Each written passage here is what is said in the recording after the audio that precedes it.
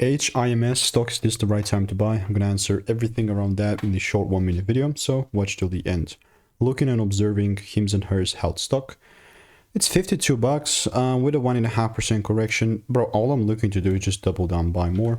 Like, I don't know about you, but this is back when it was 28 bucks when I cut out this exact video here. It was a great deal. Now 29 bucks. Look to take it to 72, so 30 to 70. That's more than a double, right? And this is like 2 months ago. And guess where we're at? We're so close. We're 52 now. We reached a point to like 67, so almost 70. And I'm looking to double down in an intermediary chart. Not only there, this is where it was called out in the trade alert section in the Discord server with HIMS.